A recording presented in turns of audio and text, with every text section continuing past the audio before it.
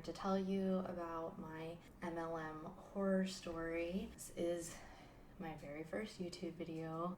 A little bit about me. I am 24, about to be 25.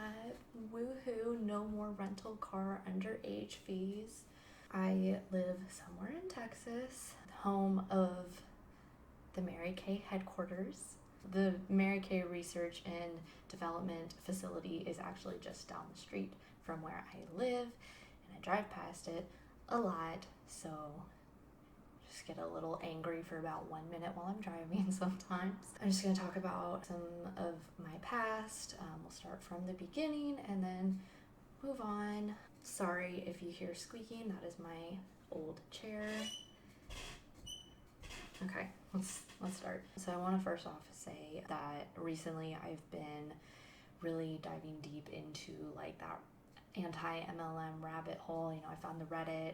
I started watching Kiki Chanel originally. I think she's one of the bigger anti-MLM people. I don't know for sure, but she's the biggest one that I'm seeing. So a couple of references, Emily Fine, Cruel World, Happy Mind, Cece Suarez honestly is my absolute favorite because she is me in 5 years. And then Jessica Hickson is the other one. So you go, girls. Changing the world one debunk at a time. Okay. So starting off in my childhood, I was raised in an abusive home. It was just me, my mom, and my father. My mom was never abusive towards me. It was all my father. I have a hard time talking about that just because obviously there's recent trauma that's come up that I don't really share with a lot of people. So I'm not going to share that. I'm just saying it was pretty bad. So the main point of that is it was a very misogynistic type of living environment. So as you might imagine, MLMs were a huge turn on for him. My actual first experience was with Mary Kay. I think I was like 10. My mom took me to one of those makeup parties, and that was like the first time the concept was introduced to me, but I obviously didn't know what anything meant. I just heard Mary Kay, you can become a customer or you can become a distributor and sell the product. And at the time I thought that was really cool because I was like, ooh, makeup's pretty and blah, blah, blah, and I'm like 10 years old. But obviously my mom, she never joined Mary Kay. So thank God, because Mary Kay is so saturated. When they actually joined an MLM, I think I was about 12 years old, they were introduced by someone my mom worked with, and the company at the time was called Monavi. Monavi was a distributor of like juices and like energy drinks, and one day like my parents, they just brought all this stuff home and they're like, it has acai in it and it's so great and it's so good for you. And I was just like, this tastes like shit. Like this literally tastes like dirt. Like whatever fruit they put in there doesn't taste like they washed it. And it was the most disgusting thing to me, and I was like kind of pissed about it because they forced me to drink it every single day. Every morning I had to have a shot of this disgusting dirt juice that had pulp in it. And I'm 12, like I'm a preteen. I already just hate being alive. So that just made things worse. There are just so many like ridiculously loud cars where I live, and they think that this road out here is a drag strip. It is not. You need to chill. Your car's ugly. It sounds like a fart. Stop. So we went to a seminar. It was on a Saturday, and they made me dress all like business professional. Like we actually went to Kohl's and bought a business professional outfit for me to wear. This was during my like weird emo scene phase, so I absolutely hated it. It was the worst. And then we get there and there's so many old people, and like I don't hate old people, but like Come on, like old people. I'm 12. So we're there and they are introducing me to a bunch of people that I don't know, that I don't care to know. I'm a kid, whatever.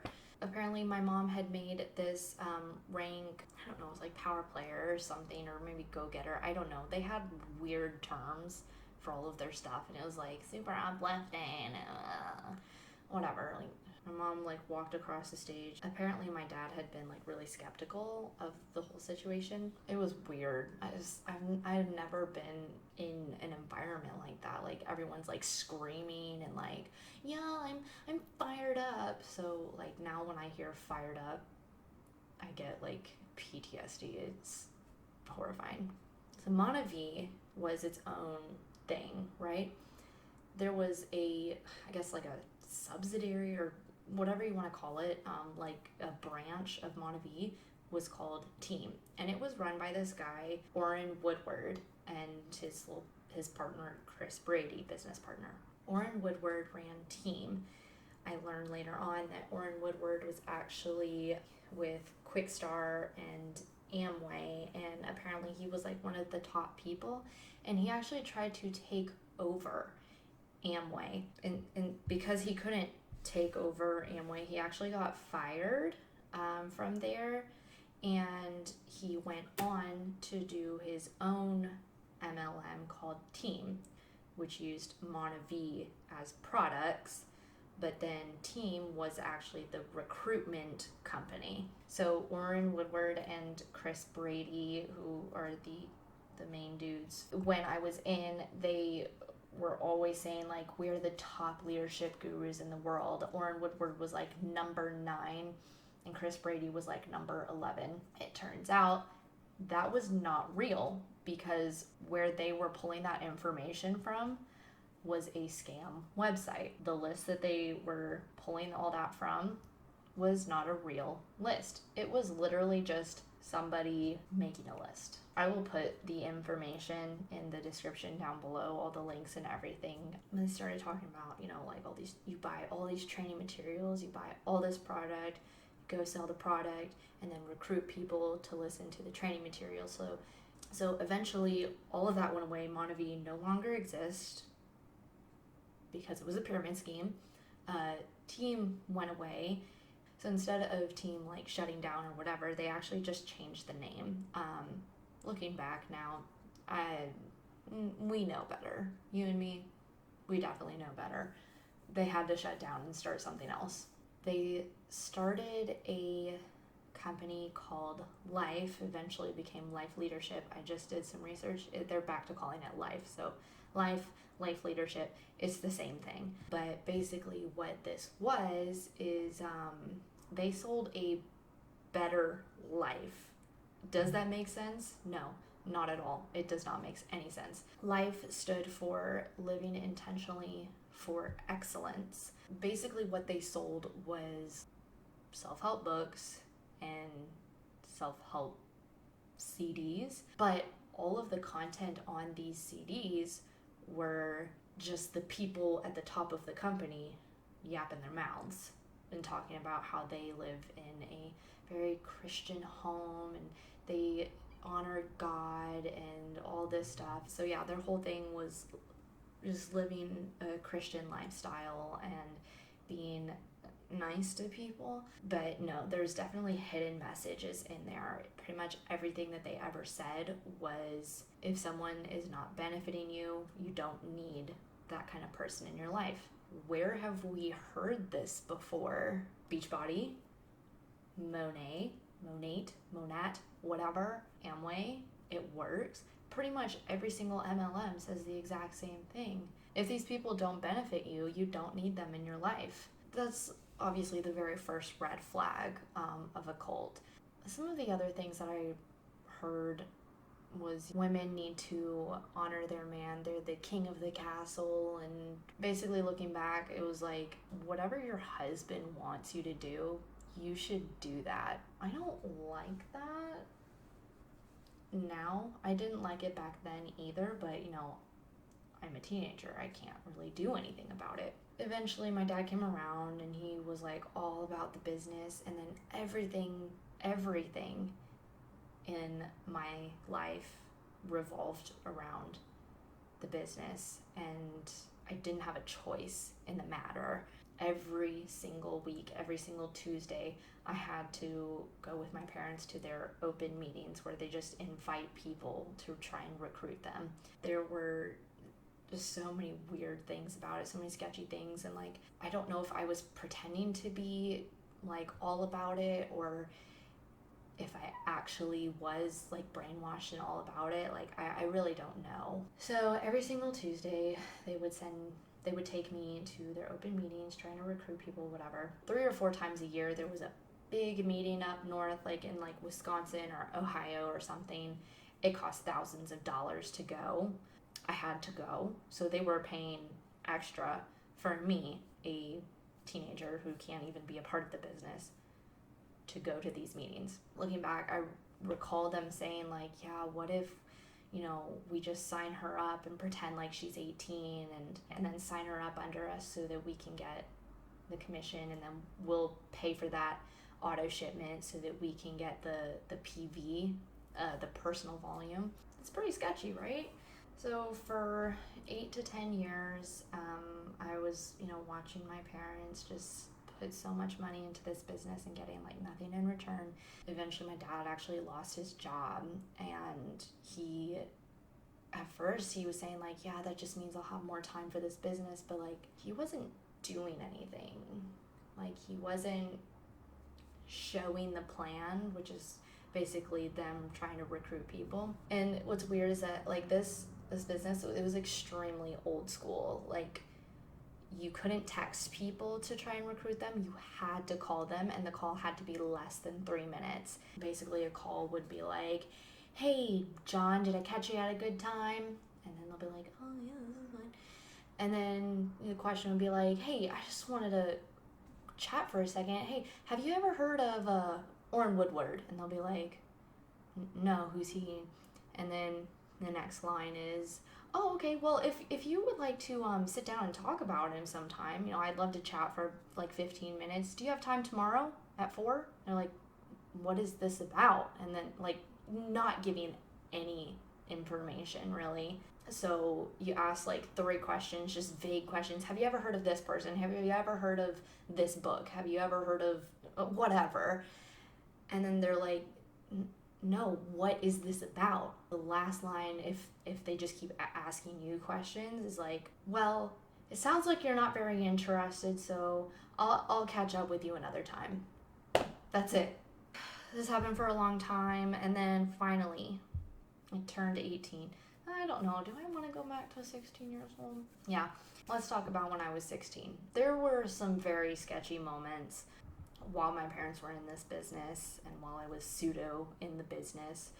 I recall this one specific time that was really the absolute biggest red flag and the worst thing that a human could probably ever do. I don't need to get all close to the mic. I'm just trying to be dramatic.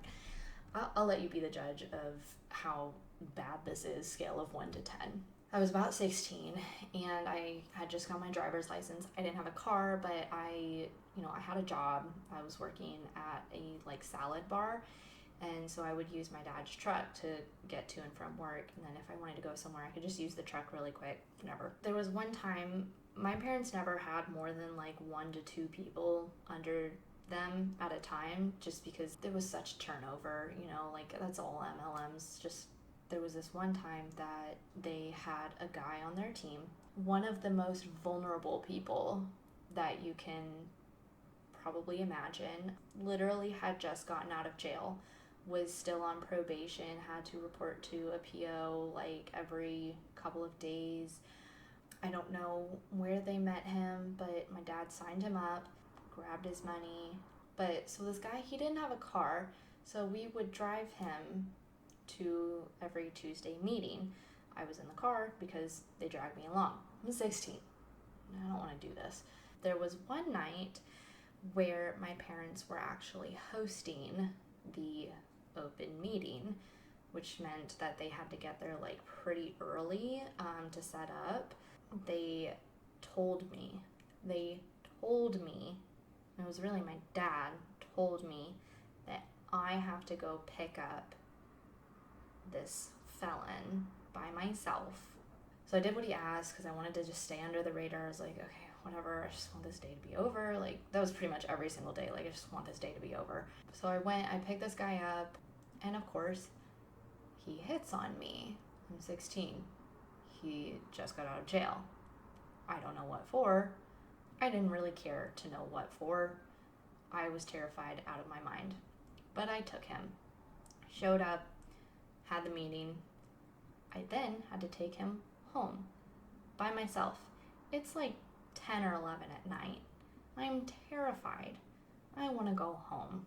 I don't want to be here with this person. I do not know this person. This person just got out of jail, and he is hitting on me. Did not like that. The next day, I actually found out that my parents' upline chewed my dad's ass for that situation. They had told him, like, hey, do not let your 16-year-old daughter be alone with someone who just got out of jail. My dad was that desperate to have somebody at the meeting. MLMs will do shit like that.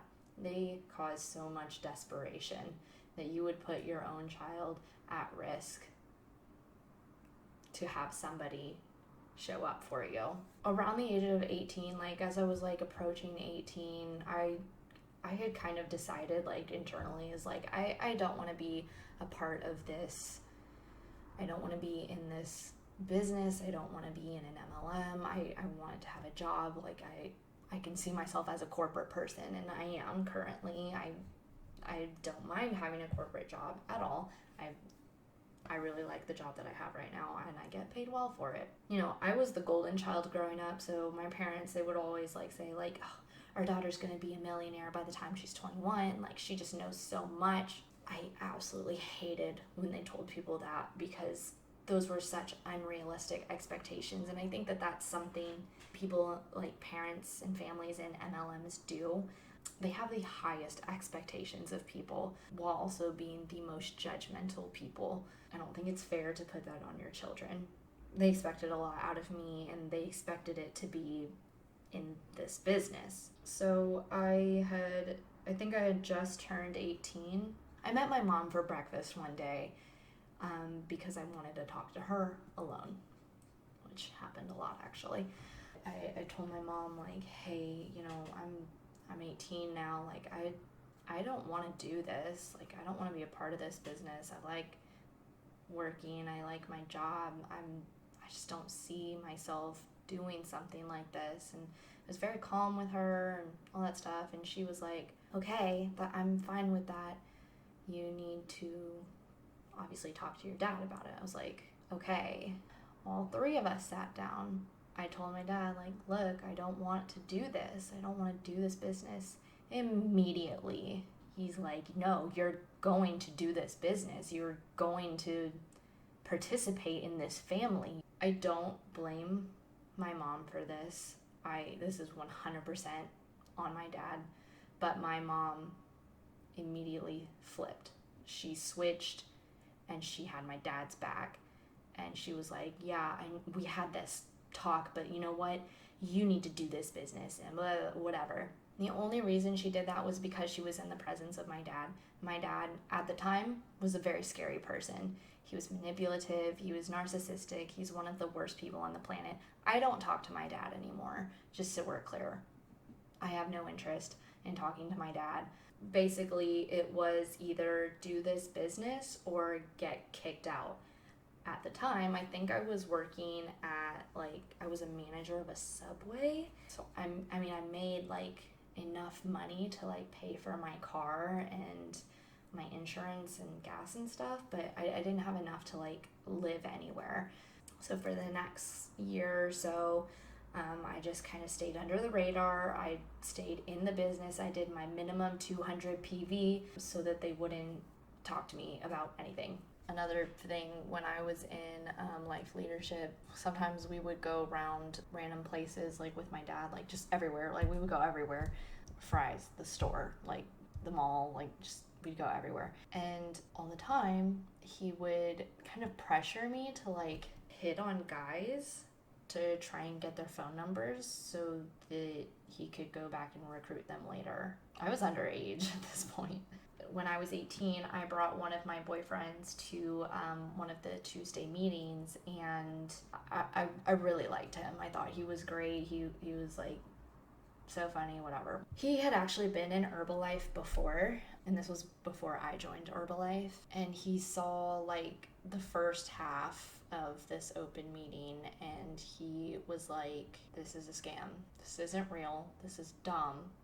I have no interest in doing this, and you should have no interest in doing this.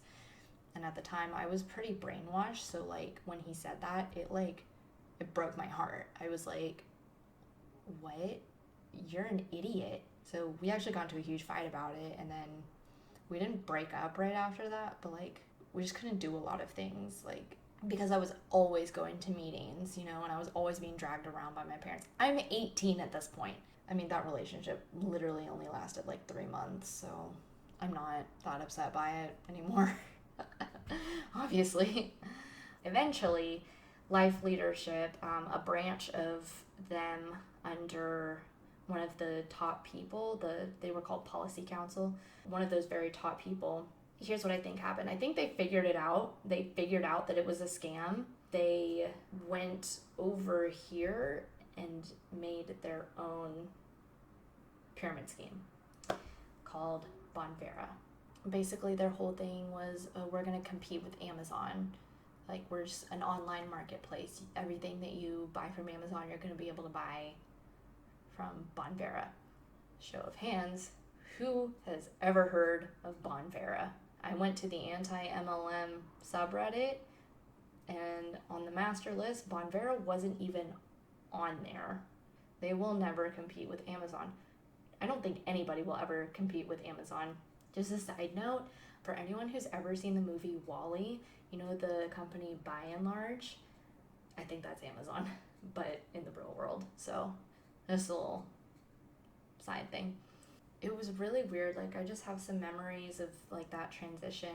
Like most of our team, I think all of our team, we moved over and we had this like bonfire, and they took all of their materials from Life Leadership, all of the paper goods, all the income disclosure statements that came in a pamphlet, all of the other pamphlets, pretty much everything that wasn't like a CD or something. They took all that, had a bonfire, set everything on fire, and then they were just talking trash about the company that they were just in, that they praised so highly. Just a week before that, moved over here, fuck that company, we're with Bonvera now. Right when I turned 18, I was also introduced to Herbalife, and at the time, I was already signed up for Life Leadership. Life Leadership had a non-compete, so I could not be in both. But if nobody knew about it, then it was okay. So, being the sneaky sneak I am, I signed up for Herbalife when I was already in Life Leadership. And I didn't tell anybody, I didn't tell my parents. Actually, all of my Herbalife people knew because they didn't have that at the time. Like, when you first sign up, there's no non-compete. I think it was when you hit like 4,000 volume or however they did it. I didn't really get that into Herbalife. But I met this guy, he was like super cute. So he was like, hey, do you want to come to a free workout? And I was like, fuck yeah, I do.